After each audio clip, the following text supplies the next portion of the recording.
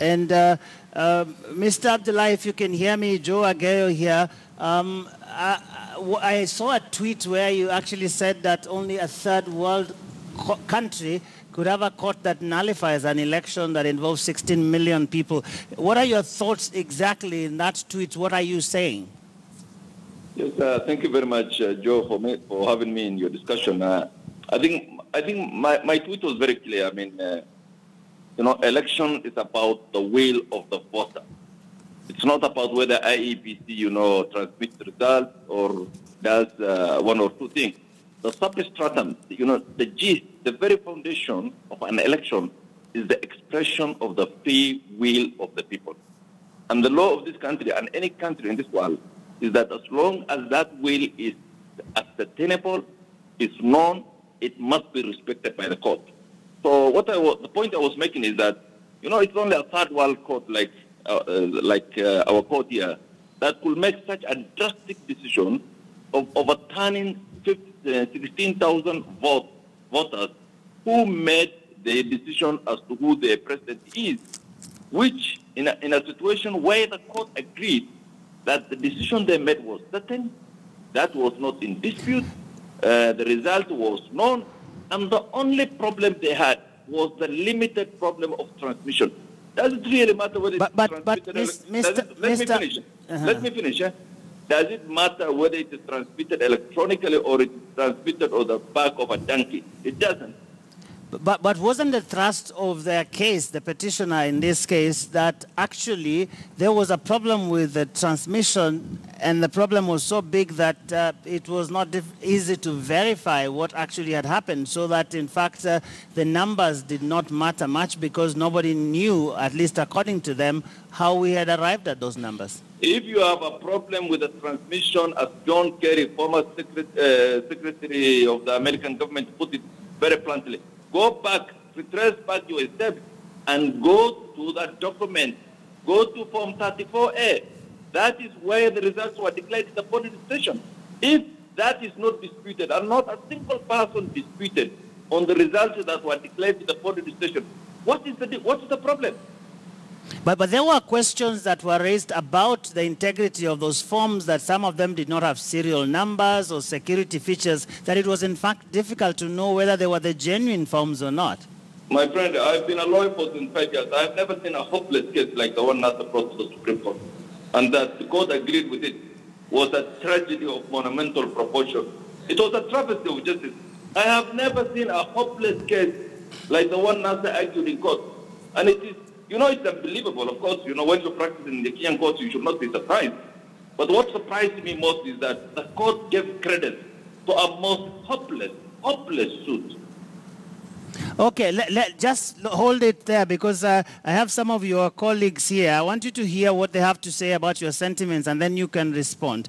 Mudhomi Ahmed Nasir Abdullahi has a point. He says that this was a hopeless case brought by NASA. He says that there was no dispute about those figures. There was no dispute about the numbers. The only problem was the transmission system. Joe, it's quite hard to respond to Ahmed because he's my senior in the profession. But if I may, with all due respect, I think when I listen to him, I hear very old school thinking, which is the thinking that all that matters in an election is the numbers, even if the process by which those numbers were obtained cannot be ascertained. And if I may give you examples, for instance, we saw the Electoral Commission being asked about whether the forms had serial numbers. And if I understood the responses that were given, it appeared that some forms had serial numbers and others had no serial numbers. How are we to know which were the official forms so that we glorify the numbers in these forms when one set of them has security features and the other set has no security features? We heard about forms not signed by returning officers, but supposedly signed by agents. Now, under our law, the author of that form is the returning officer. Now, if the supposed author is unknown, or if he is known, he has not at least owned up to the document by appending his signature on it, How does it matter whether the numbers in that form are in the millions or the billions? Okay. Let me get Ahmed Nasir to respond to that.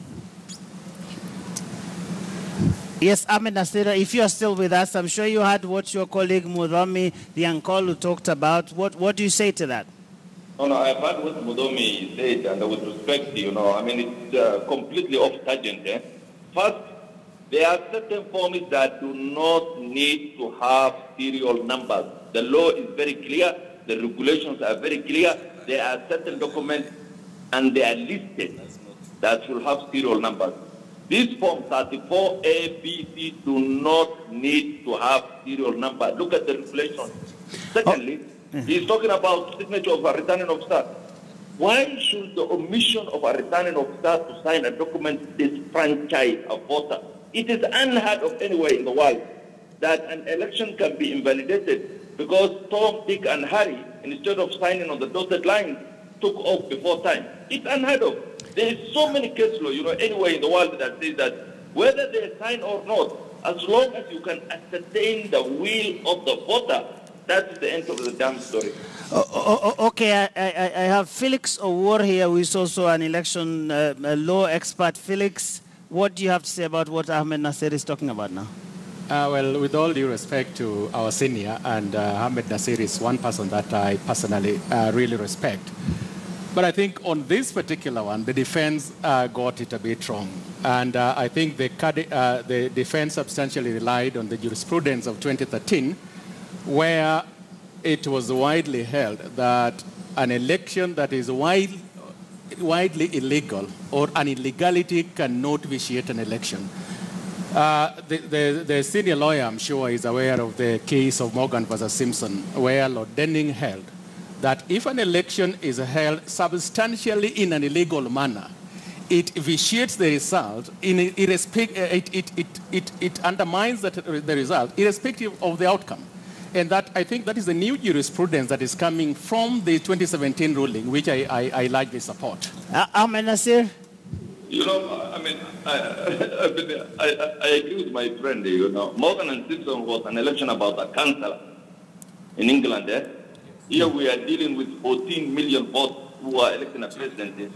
The consideration that you should take into play are completely different. When you are electing a councillor in North London, like I think Simpson was doing, and you are electing 14 million, the entire country. The consideration is entirely different.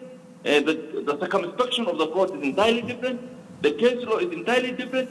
The Constitution of Kenya, if you look at Article 38(2)(b), it says that the people of Kenya will elect their leaders in a free and fair poll.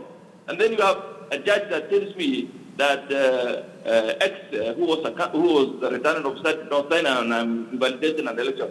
This is a travesty of justice. I've never seen anything like this. So let me ask you, is it your position that the numbers are more important, it doesn't matter how you get to the numbers, or are you saying that this election was free, fair, verifiable, credible, transparent? George, I was involved in both 2013 and 2017 election, and let me show you the distinction. In 2017, there was no dispute about the register. In 2013, there was a huge dispute about the register because there were 3 registers and we don't know who the voters were. Fortunately, in 2013, there was no dispute about the register. Fortunately, in 2017, there was no dispute about the voting. Every Kenyan who was supposed to vote voted, and there was no evidence that strangers voted in this election. The votes were counted in the polling station, and in the 40,000 plus polling stations, all the results were declared, and there is no dispute about that. The problem now comes about that transmitting the results from the polling station to the constituency to the national. If there's a problem with that, and it's so unfortunate, about the thinking process of some people. If there's a problem with the transmission, go back to Form 34A in the polling station and ascertain how people voted and declare results after that. What is difficult about that? All right, Mudomi is going to respond to that. I can see he's itching to say something. Mudomi. I was just going to point out, Joe, that while in the legal profession there are debates about this qualitative versus quantitative approach to an election, today's decision seems to have upheld the qualitative approach. But I want to point out, first of all, when my senior says that the security features are not prescribed in the law, I would want to refer him to the prescribed forms, which is the forms we were discussing, 34, 34A, whatever. The first entry on those forms is actually the prescribed format, is the serial number. But on the qualitative issue, we actually settled this matter way back in 2008. I'm aware of at least 2 decisions, one involving the case between Manson Nyamoya and James Omingo Magara, in which the Court of Appeal held that even if the scrutiny and recount, and in that case, the scrutiny and recount had actually shown that Omingo Magara won the election, but the election was nonetheless nullified because of the qualitative problems accompanying it. There was a later case of George Duo versus William Kavogo, in which Justice Luka Kimaru actually gave a very telling example that if numbers were all that mattered, then we would have no problem with those dictatorial countries where through intimidation, involvement of the military and all other shenanigans, the incumbent wins an election even by 99% of the votes cast. So all I'm saying is that we must have a more holistic view at the election, and I think my senior perhaps is not distinguishing between his role as counsel and the role of the litigants. If it was the parties to the case themselves taking this position, I would understand. But for my senior, his role in the matter is just a counselor, he's just an advisor. Okay, so I'll come to you, Ahmed Nasir, in a moment, but I want your colleague also here, Dr. Linda Musumba, to also weigh in, then you can respond. Linda.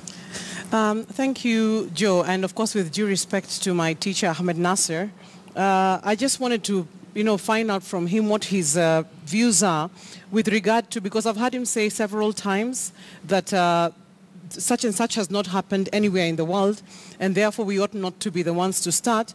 In light of, for example, at the post-independence period, where Mwalimu Nyerere said that he had looked around, Tanzania had looked around, and had seen that other post-independence countries had adopted the constitutions of the exiting colonial masters, but then said that Tanzania has decided to opt for a single-party system because it serves them best at that time, and they have no intention of being, held back in a straitjacket of what others have done. So I just really would wish to know from Mwalimu, you want him to say... Yeah, does it mean that because something has not been done anywhere in the world, is there not a fast? We must copy someone. Is there not a fast? All right, Ahmed Nasir.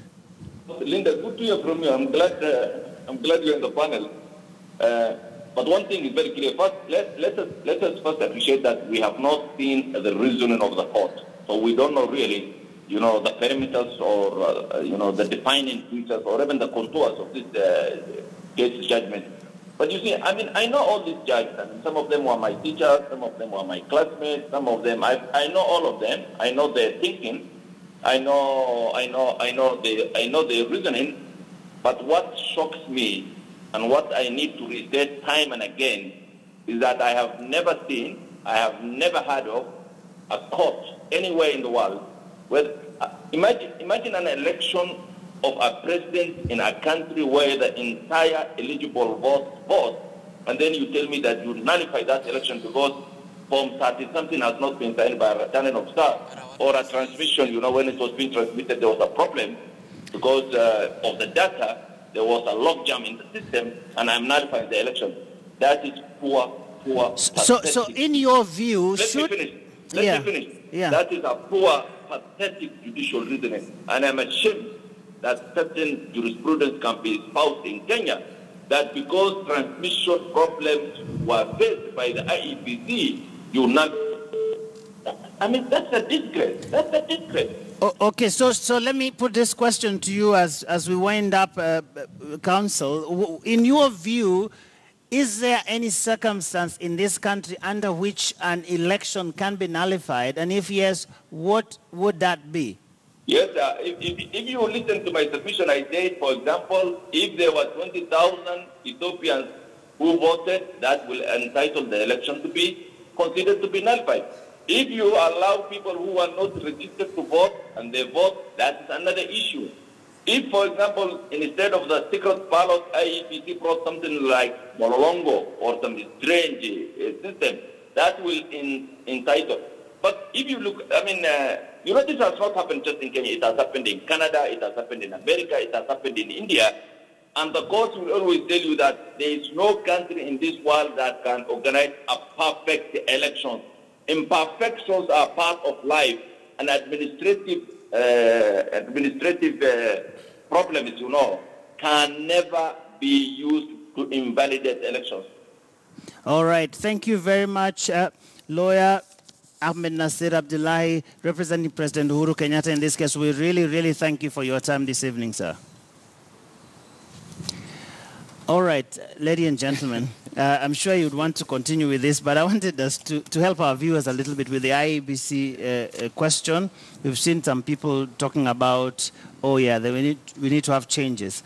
The chairman, Wafula Chebukati, said earlier today in a press conference at about 2:30 that, in fact, they will make internal changes, in his words, but he also invited the DPP to come in, that if there were people who were culpable in messing up the election, as it were, that actually those people should be held responsible, and he was inviting the DPP to do that. Well, what do you make of that, Linda?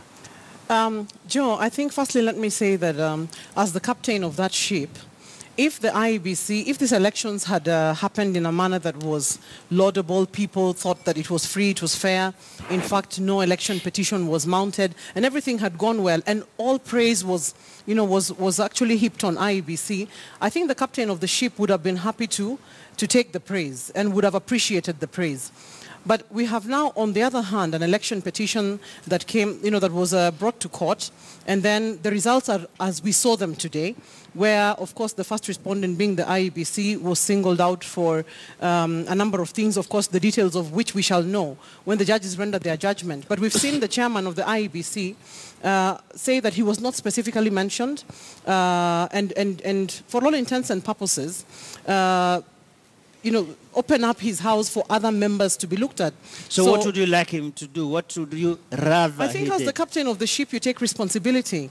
And, you know, for good or for worse, whatever happened in your house, you take responsibility, and you know, whatever, you know, this ship going forward, you really must take responsibility as having been the team leader. Felix, the IEBC going forward, can we change? Can we not? Do we need to? Do we not? Well, we do need to make certain changes.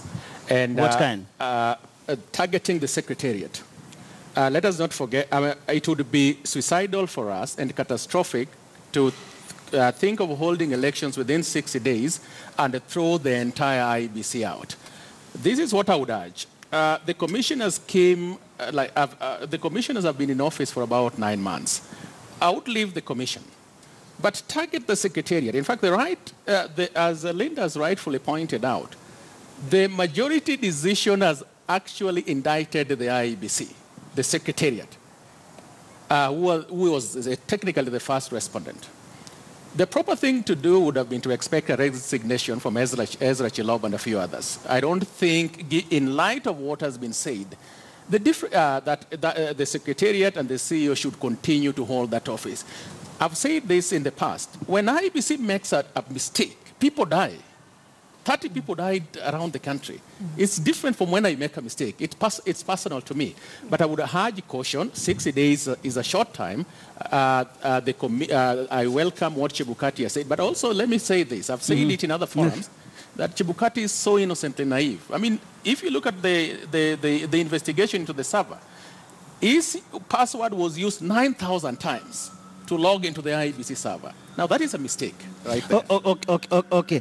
I mean, obviously, there are many discussions about that server. I'm not even sure about that number that you're quoting. But yes, I'm sure there's a big discussion that will happen on that. But, Mudhomi, I'm not going to ask you about the IEBC, because I want us to move to a question that we could actually end this discussion with, which is, what is going to be the impact of this ruling on the other cases that might come in the lower courts in the days to come? Because, I mean, for the governors and all these others, I think they still have a window through which probably 2 more weeks. I don't know how long you probably will tell me, but they still have a window within which they can still appeal. The way our legal system is structured is that decisions of the Supreme Court are binding on all the courts below the Supreme Court, and therefore this decision will give a signal to the other courts on how to determine such election petitions as may be filed before them.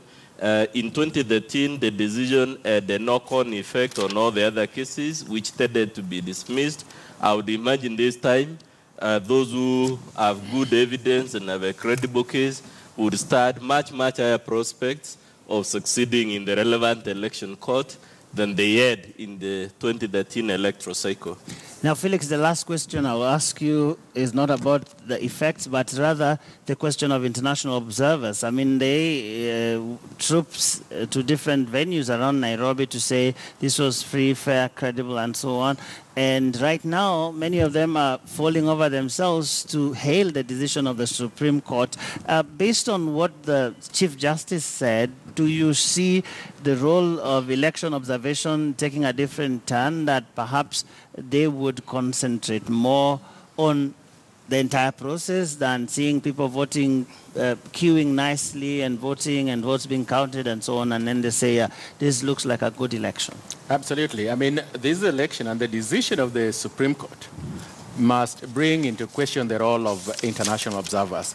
And I think they have to go back to the drawing board. Their obsession with observing the voting process and then rendering an outcome as if they captured the entire electoral cycle should cease. They must, if they want to be if they want to come back, they must be prepared to observe the voting process, possibly the counting, transmission, and the way we manage and handle our results. But on a positive note, by the way, the decision of the Supreme Court has been trending all over.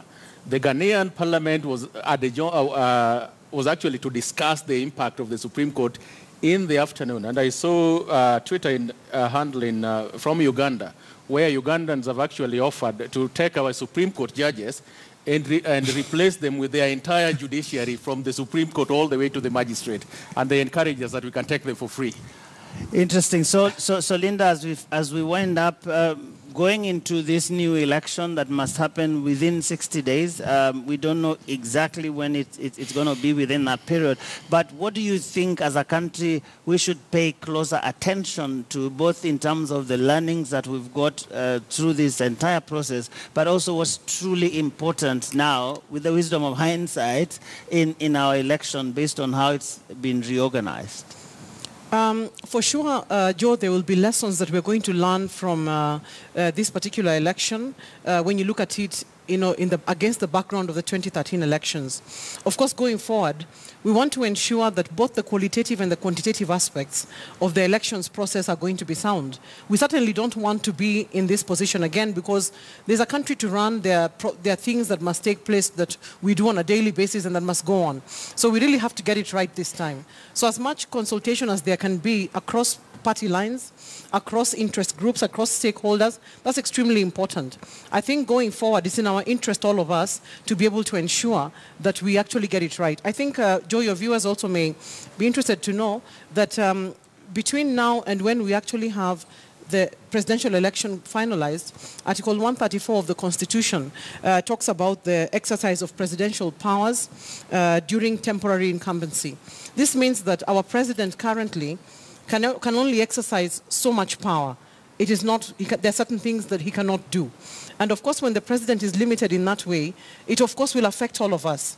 So we really do need to get things right so that we are able to have a president in position who can be able to exercise all necessary powers in the state so that, 1, 2, 3 things can take place. All right, and Dr. Linda Musumba, Law Lecturer, Kenyatta University, you have the last word on this. Thank you very much. Also, Felix Awor, who is an elections law expert, and Muthomi Diankolu, who is an advocate of the High Court. Thank you very much, ladies and gentlemen. And yes, you've been watching the Supreme Petition since this process began. We've been here every night bringing you perspectives and analysis of this case that has culminated in a monumental decision that has been hailed as historic.